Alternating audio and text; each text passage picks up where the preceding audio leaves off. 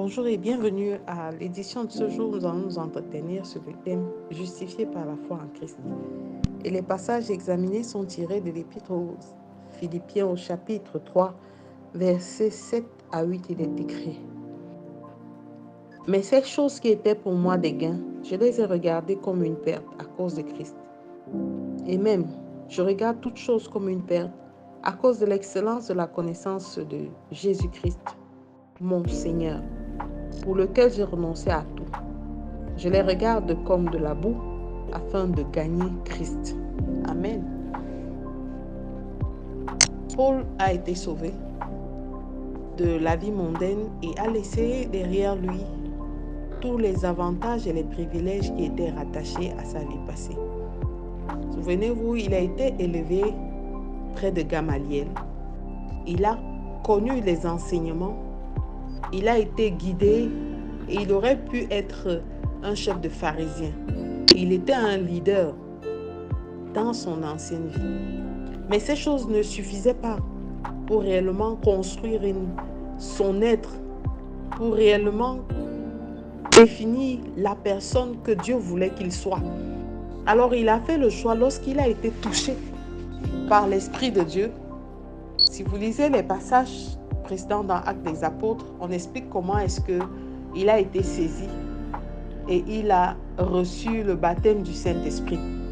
Et depuis ce moment, il est parmi les auteurs de 3/4 du Nouveau Testament et il a renoncé à tous les privilèges passés. Une fois que l'Esprit de Dieu l'a saisi, il a été justifié par la foi. Et la foi en qui? En Jésus-Christ. Il a renoncé à la vie qu'il avait en tant que Romain. Il a renoncé aux privilèges de leadership et à tout ce qui entourait sa vie passée. Parce qu'il a eu deux choses. Il a eu conscience, de son identité en tant qu'enfant de Dieu. Et de deux, il a mis toute sa confiance au Seigneur qui a pu effacer l'ardoise de ses péchés passés. Il a été par le passé, avant de connaître Christ, parmi les persécuteurs, parmi ceux qui assassinaient les enfants de Dieu. Mais regardez comment miraculeusement Dieu a touché sa vie. Et il a renoncé à toutes ces choses qui étaient pour lui par le passé un gain. En Christ, des choses anciennes sont passées, toutes choses deviennent nouvelles. Qu'est-ce qui continue à te retenir par le passé? Qu'est-ce que tu penses, d'après toi, qui puisse justifier une relation saine avec Dieu? Parce qu'il dit que ces choses qui représentaient des gains pour lui, tu as accroché à quoi? À un argent nécessaire pour finaliser une construction, un mariage qui, d'après toi, va te donner l'épanouissement ou une identité différente dans la société au vu de tous ceux et de celles qui te regardent. Tu as après quoi? Un emploi pour te distinguer des autres dans la société, des privilèges encore et encore pour pouvoir encore pousser plus loin dans d'autres challenges.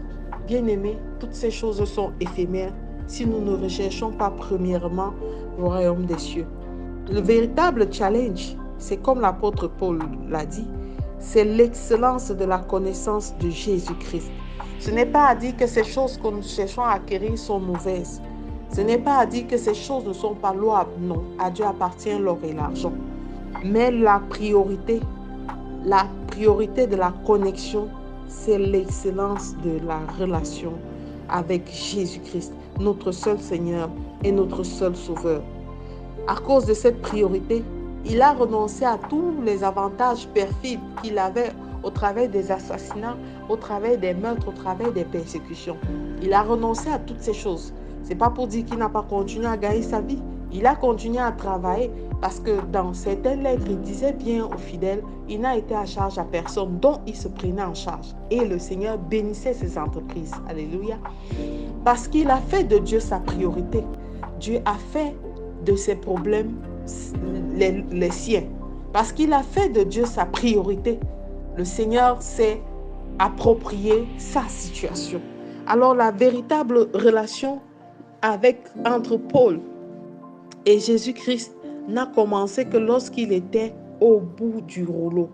Et ça n'a commencé que lorsque le Seigneur lui a montré qu'en dehors de lui, il n'y a rien, que le Seigneur lui-même peut mettre un terme du jour au lendemain à tout ce qui pouvait nous procurer des plaisirs, à tout ce qui pouvait réjouir notre chair, à tout ce qui pouvait nous produire des honneurs, des hommes et des acclamations de cette terre. Lui seul nous donnera la gloire à laquelle nous sommes destinés, la joie et la satisfaction totale. Mais pour que nous soyons justifiés, il faut que notre foi en Jésus soit parfaite. Il faut que nous soyons capables de nous identifier à Christ, de nous identifier comme étant ses héritiers et co-héritiers de Christ, de nous identifier comme ces personnes-là qui ont toutes laissé et qui regardent toutes choses comme de la boue parce que nous voulons gagner Christ. Nous devons nous comporter et être justifiés parce que nous n'avons pas honte de professer notre foi, quel que soit le lieu où nous trouvons, quel que soit l'endroit où nous trouvons. Parce que c'est de cette manière que le Seigneur se sent honoré et célébré, et de cette manière que nous pouvons adorer notre Dieu, et par conséquent, qu'il fait de nos problèmes ses problèmes. Alors, bien-aimé, tu es justifié par la foi. Arrête de t'accrocher, de t'accorder, de te disputer pour rien. Arrête de t'accrocher et de mettre un stress qui ne va rien te produire. Demande à Dieu de te justifier et de produire en toi une paix que seul Jésus-Christ, seul le Saint-Esprit peut s'aimer en nous. Alors aujourd'hui, c'est un jour nouveau et je te recommande de faire cette prière avec moi. Père éternel, je veux une relation excellente avec toi. Aide-moi à te connaître davantage, Seigneur, afin que je puisse renoncer à tous les fardeaux qui ne t'honorent pas.